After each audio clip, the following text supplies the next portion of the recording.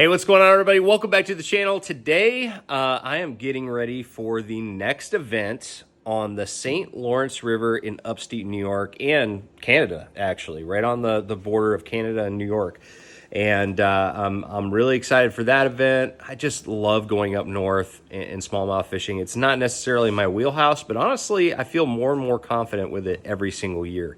So I'm really excited to get up there, learn some more, and hopefully cash a check. You know, I had that really bad tournament in Oklahoma, the very last one, but I'm ready to get back out there, man. I think that tournament really fired me up because I've had two really bad tournaments this year, and now I've just really got nothing to lose. All I've got to do is just go out there and swing for the fences, and that actually sounds like a lot of fun to me. So really actually looking forward to this next event. All the events that are to come. We've got 4 more tournaments, 4 more opens for the rest of the year. So I'm looking forward to all those. But anyways, so the original plan was to go ahead and get out of here tomorrow. But we don't have anything packed hardly at all. Just today I started packing all my clothing and all that. We've also got iCast. So I say we're leaving for New York, but we're actually going to Connecticut first. We've got we've got a summer cabin in Connecticut.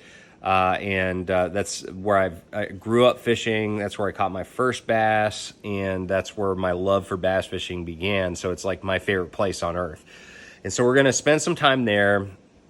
And then I fly out of Hartford to Orlando for iCast. I'm going to be there for 2 days. And then I fly from Orlando back to Hartford.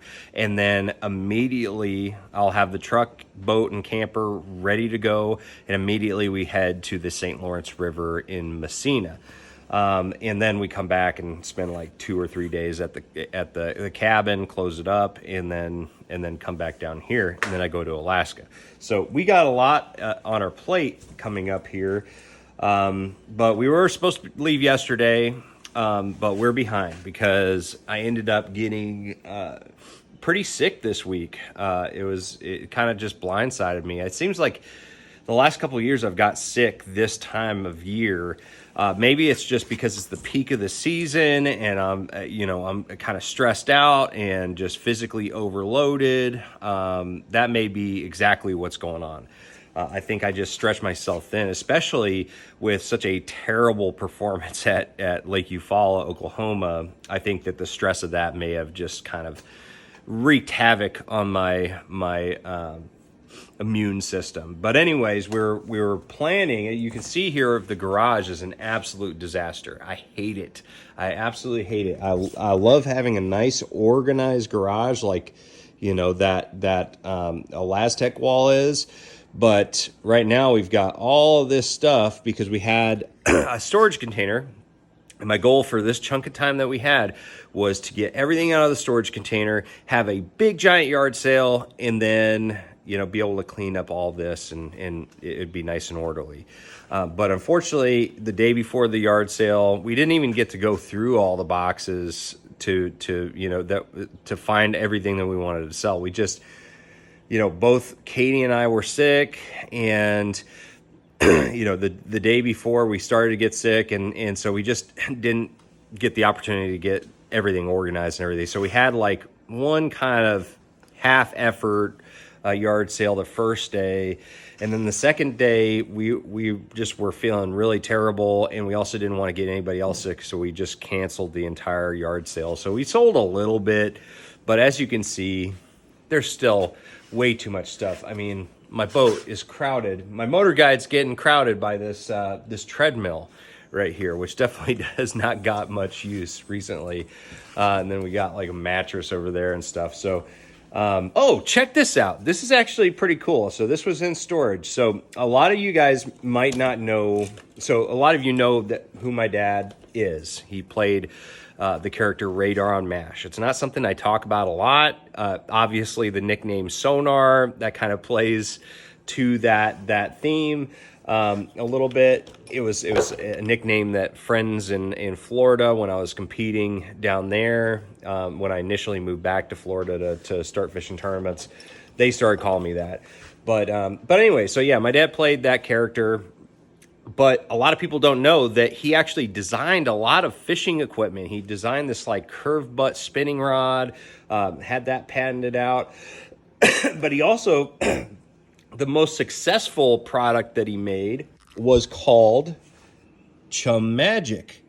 And Chum Magic is a device that essentially, speaks for itself. So it's kind of like a boogie board.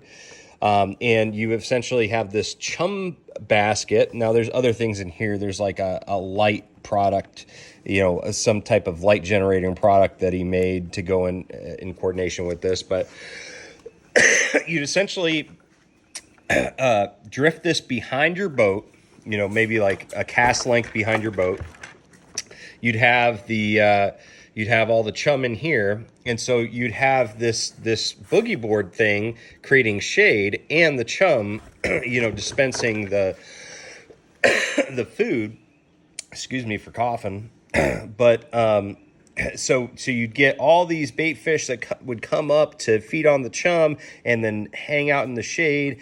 And so you could essentially be using this as some type of a piece of cover as well as a fish attractant. So you would have it a cast length away behind the boat, and you'd cast to the board and catch all kinds of sport fish like that. And it was actually sold in Bass Pro Shops back in the day. So back in the early 90s, when we were living down in the Florida Keys in Marathon, that was the business that my dad was doing. If only he knew how to make each unit cheaper, because it sounded like he wasn't making hardly anything off of every unit because he was making it, in the Keys.